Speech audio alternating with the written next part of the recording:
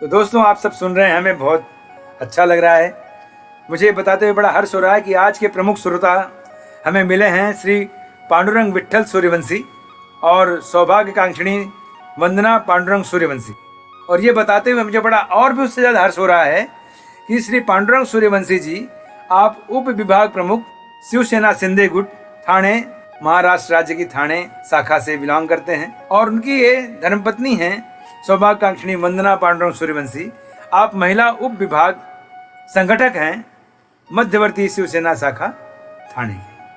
तो बहुत बहुत स्वागत है आपका श्री पांडुरंग जी और सौभाग्यकांक्षिणी वंदना जी। आइए और हमारे साथ इस तीर्थ स्वरूप गीता के लहरों में गोते लगाते हुए ज्ञान मंजिल की तरफ चलते हैं। आइए दोस्तों, पेश है गीता श्लोक वाचन।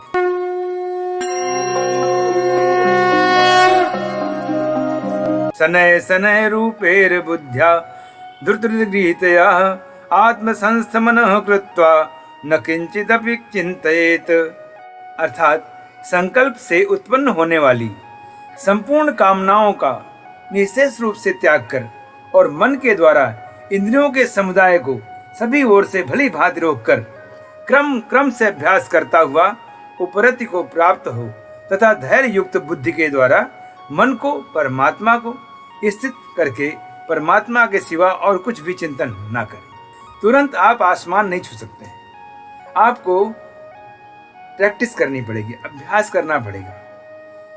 पहले आदमी थोड़ा कम छलांग लगाता है, फिर और से बड़ी छलांग लगाता है, फिर बाम्बू लेकर कूदता है और उसे हाई जंप कहते हैं। तो हाई जंप कूद जाता है, अचानक हाई जंप में क्वालिफाई भी नहीं कर पाएगा, जीतना तो दूर है। उसी तरह से यहाँ पर धीरे धीरे अपने आप को एकत्रित करो और परमात्मा में ध्यान लगाइए। परमात्मा के सिवा और कुछ भी चिंतन ना करें। यतो यतो निश्चरति मनश्च चंचलम स्थिरम ततस्ततो नियम्येदत् आत्मन एव वंसनयेत। वह स्थिर न रहने वाला और चंचल मन जिस शब्द आदि विषय के निमित्त में संसार में विचरता है, उस विषय में रोकर, उस विषय से रोक कर यानी हटाकर इसे बार बार परमात्मा में ही निरुद्ध करें। अर्थात मन चंचल है, वो अपने आप को स्थिर नहीं कर पाता। आपका काम यहाँ ये होगा कि इसे स्थिर करें। आपको एक बार एक कहानी सुनाया था मैं कि सन्यासी बाबा चले जा रहे थे, दूर कहीं उन्हें गन्ना पेर करके गुड़ बनाने की प्रक्रिया से गुजरते हुए गुड़ की सुगंध आई।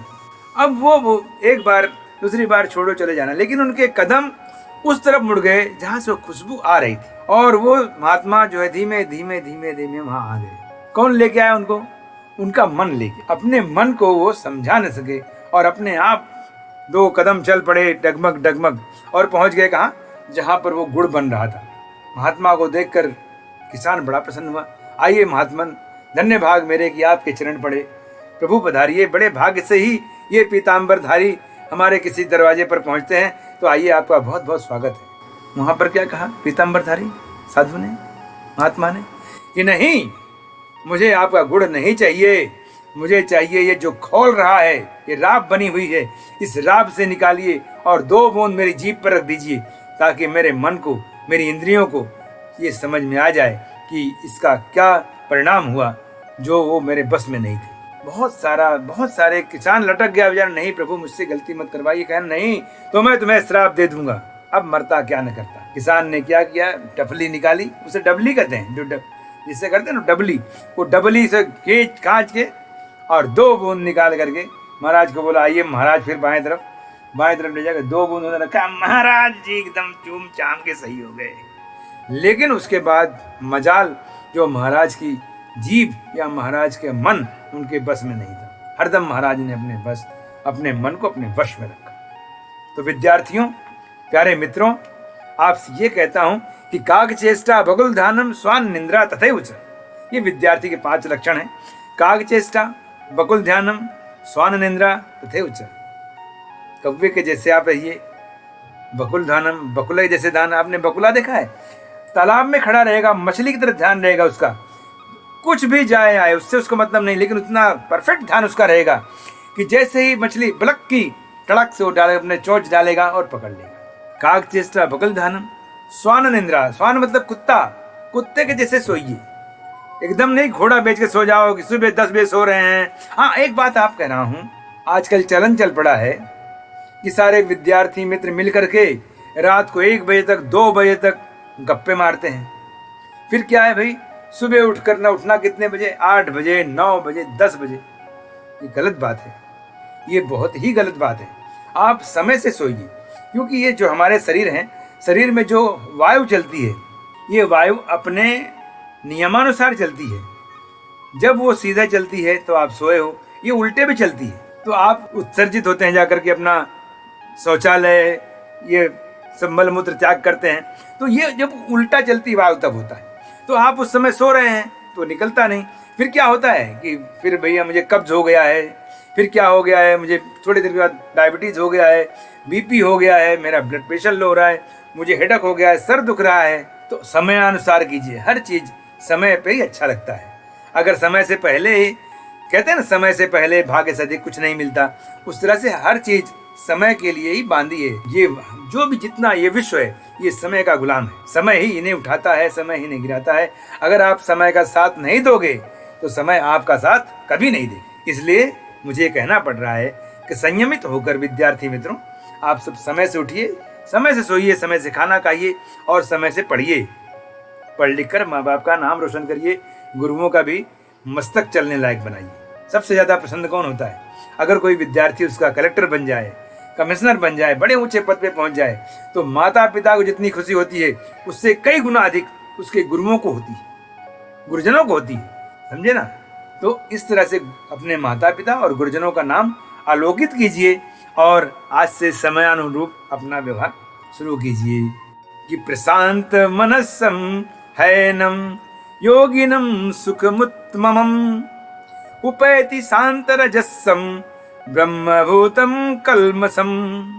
अर्थात क्योंकि जिसका मन भली प्रकार शांत है, जो पाप से रहित है और जिसका रजोगुण शांत हो गया है, ऐसे इस सच्चिदानंदन ब्रह्म के साथ एक ही भाव हुए योगी को उत्तम आनंद प्राप्त होता है। वो तो उस उत्तम आनंद प्राप्त करने के लिए आपको अपना रजोगुण शांत करना पड़ेगा। और आपको ये भी है कि भली प्रकार से मन को शांत करना पड़ेगा। जो पाप से रहित हो, जिसका रजोगुण शांत हो गया हो, तो पाप करना छोड़ दीजिए। जप नाम, आप भगवान का नाम जपिए। जो आपने पहले कर्म किए अपने, उसके पाप, उसके फल भोग रहे हैं, ठीक है, लेकिन आगे जो पल आने वाला है उसको नाम जपेंगे तो शायद हो सकता है कि ये सबके साथ ये भी धुल जाए और आने वाला समय भी आपका पवित्र और मजबूत हो जाए। तो योग के कारण भी आप यहाँ तक पहुँच सकते हैं। युंजनेवं सदात्मानं योगी विगत कल्मषः सुखेन ब्रह्म संस्पर्श मत्यम सुखमश्नुते। वह पाप रहित योगी इस प्रकार निरंतर आत्मा को परमात्मा में लगाता हुआ सुख पूर्वक पर ब्रह्म परमात्मा की प्राप्ति रूप अनंत आनंद का अनुभव करता है। सर्वभूतस्थमात्मानं सर्वभूतानि चात्मनि इक्षते योग युक्तात्मा सर्वत्र समदर्शनः। सर्वव्यापी अनंत चेतन में एक ही भाव से स्थित रूप योग से युक्त आत्मा वाला तथा सब में स्वभाव से देखने वाला योगी आत्मा को संपूर्ण भूतों में स्थित और संपूर्ण भूतों की आत्मा में कल्पित देखता है। यो माम पश्यति सर्वत्र सर्वच मयि पश्यति तस्याहं न प्रणश्यामि सच में न प्रणश्यति। जो पुरुष संपूर्ण भूतों में सबके आत्मरूप मुझ वासुदेव के ही व्यापक देखता है और संपूर्ण भूतों को मुझ वासुदेव के अंतर्गत देखता है, उसके लिए मैं अदृश्य नहीं होता और वह मेरे लिए भी अदृश्य नहीं होता। मतलब कहावत है, कर भला तो हो भला, तू मुझे देख तो मैं तुझे देखूंगा, तू मुझे नहीं देखेगा तो मैं तुझे क्यों देखूंगा। मंदिर बगल में पड़ी है, आप कभी जाते नहीं हैं, और जब वो बिस्तर से उठते हैं, यार भगवान मेरा कुछ कर ही नहीं रहा है। अरे भाई तुम जाओ तो सही, एक बार जाओ तो सही, कहो भगवान भेज दिए मुझे इस धरती पर, मेरी तरफ देखोगे नहीं प्रभु? प्रभु मुझे खाना कौन खिलाएगा? आप ही सबके माता पिता हो। मेरे माता पिता एक अंश है आपका, तो जब वो अंश हैं तो उनसे मांगा, अब वो अंश नहीं है तो प्रभु आप मेरा उद्धार कीजिए, कुछ मुझे कर्तव्य दीजिए। आप ही ने कहा है ना, सबको कर्म करना है, सब काम करेंगे, अकर्मणा कोई नहीं रहेगा। तो मैं भी नहीं रहना चाहता, मुझे भी कोई काम दीजिए। मैं हर तरह के काम करूंगा प्रभु, आपके योग में रहूंगा, मैं आपके स्पर्श में रहूंगा। तो उन्होंने ये फिर कहा कि सबको अदृश्य नहीं होता है, वो मेरे लिए अदृश्य नहीं होता और मैं उसके लिए अदृश्य नहीं होता। सर्वभूति स्थितम यो माम भजते कत्वमा स्थितम सर्वथा वर्तमानोपि सयोगी मई वर्तते। अर्थात सर्वव्यापी अनंत चेतन के जो पुरुष एक ही भाव में स्थित होकर, मतलब एकांत भाव चित्त भाव में स्थित होकर संपूर्ण भूतों में आत्म रूप से स्थित मुझ सच्चिदानंद धन वासुदेव को भजता है, वह योगी सब प्रकार से बरतता हुआ भी मुझ में ही बरतता है। मतलब हर जो भी हरकत करता है, जो भी क्रियाकलाप करता है, वो मुझ में ही, मेरे लिए ही करता है। आत्मौपम्येन सर्वत्र समम पश्यति योर्जुन सुखम वा यदि वा दुखम स योगी परमो मतः। अर्थात हे अर्जुन, जो योगी अपनी भांति संपूर्ण भूतों में सम देखता है और सुख अथवा दुख को भी सबसे सम देखता है, वह योगी परम श्रेष्ठ माना गया। अब देखिए, फिर भी अर्जुन के शंकाओं का पिटारा अभी तक खुला का खुला ही है। फिर देखो, अर्जुन उवाच योयम योगस्त्वया प्रोक्ता साम्येन मधुसूदन एतस्याहं न पश्यामि चंचलत्वात् स्थितिम स्थिराम। अर्जुन बोले, हे मधुसूदन, जो यह योग अपने संभाव से कहा है, मन के चंचल होने से मैं इसकी नित्य स्थिति को नहीं देखता हूँ। चंचलम ही मनः कृष्ण प्रमाथि बलवदृढ़म तस्याहं निग्रहं मन्य वायोर्युषु दुष्करम। अर्थात क्योंकि हे कृष्ण, ये मन बड़ी चंचल प्रमथन स्वभाव वाला है, बड़ा दृढ़ और बलवान है, इसलिए उसको वश में करना मैं वायु को रोकने की भांति अत्यंत दुष्कर मानता हूं। मैंने पहले ही कहा कि मन जो है बहुत तीव्र गति का है।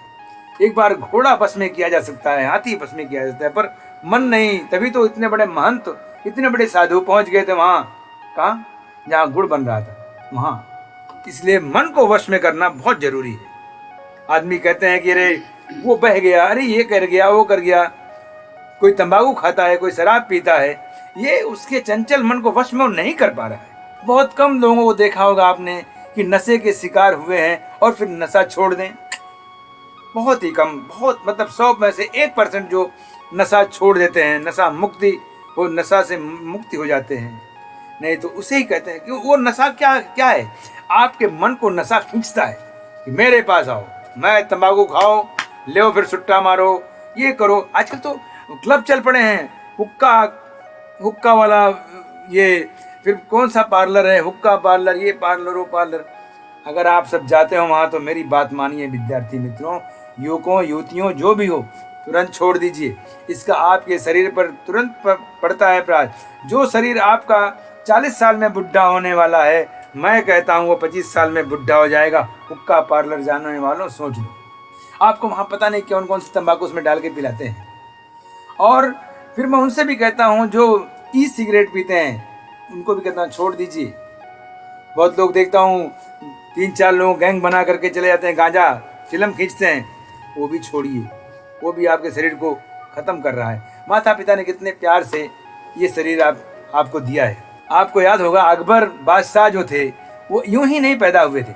उनके पिताजी कई जगह जाकर माथा टेके तो पैदा हुए थे, और फिर उन्होंने एक चमत्कार कर दिया। आज भी अकबर का नाम लोग बड़े इज्जत से लेते हैं। तो मैं चाहता हूँ कि आप सब भी ऐसे कुछ बनो कि आपका भी नाम लोग बड़े इज्जत से लें। भाई इतने मान्यता के बाद आप पैदा हुए हैं, तो अपने शरीर को अपने माता पिता के अनुकूल ढालिए, परमात्मा के अनुकूल डालिए। वायोरु सुदुष्करम, वायु रोकने से भी ज्यादा है जरूरी आपका मन अपने बस में रहे। श्री भगवान उवाच असंशयम महाबाहो मनो दुर्निग्रहम चलम अभ्यासेन तु कौन्तेय वैराग्येण च गृह्यते। अर्थात श्री भगवान बोले, हे महाबाहो, महाबाहो मतलब कौन? अर्जुन। निसंदेह मन चंचल और कठिनता से वश में होने वाला है, परंतु हे कुंती पुत्र अर्जुन, यह अभ्यास और वैराग्य से वश में होता है। अब देखिए, विद्यार्थी गण जो मल्लखंभ खेलते हैं, पर सड़सड़ जाके चढ़ जाते हैं ऊपर और फिर बाद में उल्टा उस पर खड़े रहते हैं, वैसे उसका अभ्यास होता है, निरंतर अभ्यास होता है। आप देखिए, अभी एक 14 साल का बच्चा है, क्रिकेट की दुनिया में आया हुआ है, 14 साल का बच्चा खटाक से मार दिया और सेंचुरी मार दिया, वर्ल्ड मतलब रिकॉर्ड तोड़ दिया सारा कुछ। शायद 34-35 बॉल में उन्होंने 100 रन बनाए हुए हैं, जिसके पहले सिर्फ क्रिस गेल के पास ये रिकॉर्ड है। जो मेरे विद्यार्थी व मित्र मुझे सुन रहे हैं, एम आई राइट, तो अपने नीचे कमेंट्स में लिखिएगा कि हाँ गुरुजी आप सही हैं।